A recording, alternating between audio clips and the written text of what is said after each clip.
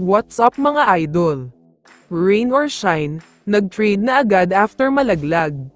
Pero bago mo sana ipagpatuloy ang panonood mo, ay huwag mong kalimutan na mag-subscribe bilang suporta sa aking YouTube channel. Maraming salamat idol. Isingit lang muna natin ng mabilisan ang balita sa kabilang bracket. Hinebra na ngayon ang favorites to enter the finals, matapos nilang talunin at lampasuhin ang SMB, sa isang nakakatindig balahibo na laban sa Game 6.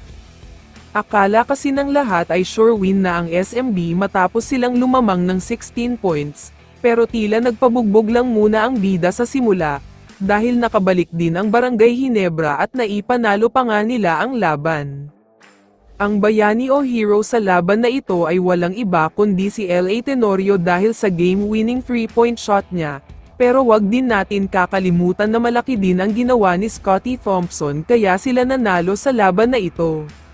Sa kabilang banda naman, isang malaking kahihiyan ang nangyari para sa Rain or Shine Elasto Painters, dahil nalaglag sila mula sa mga kamay ng TNT Tropang 5G, pangatlong beses na ito sa tatlong conference. Mula sa Governor's Cup, sa Commissioner's Cup at ngayong Philippine Cup ay pinahiya lang ng TNT ang Rose. Alam nyo kung ano pa ang mas masakit dito?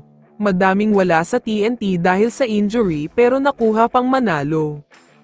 Pero kung may isang player na sinisisi ng karamihan sa mga Rain or Shine fans, ito ay walang iba kundi si Adrian Nocem. Siya ang sinasabing sumisira sa momentum nila pati ang poor decision making niya ay talagang malaking epekto.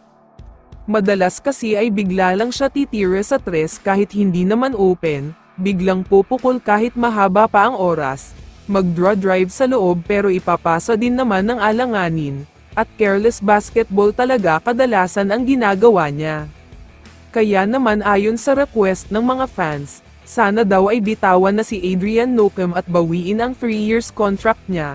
Magaling naman pero pangit talaga ang decision making at mababa basketball IQ, hindi niya muna pinag-iisipan ang next move niya. Maraming teams ang gustong kumuha sa kanya, kaya naman sign and trade daw ang ginawa ng Rain or Shine dahil mataas ang player value niya. Handa daw ang Hinebra na magpakawala ng mabigat para lang makuha siya. Malaki ang chance na isang first round pick, isang second round pick at malaking cash consideration daw ang ibibigay ng Hinebra. Mahirap tanggihan ito kaya ayon sa source ay posibleng next season ay Hinebra na si Nocem. Kaya naman kung ikaw ang tatanungin idol, ano ang masasabi mo sa balitang ito? I-comment mo naman ang sagot mo sa tanong na ito. So dito na nagtatapos ang video na ito. Maraming salamat sa pagsuporta at panonood mga idol. Ingat at bye-bye.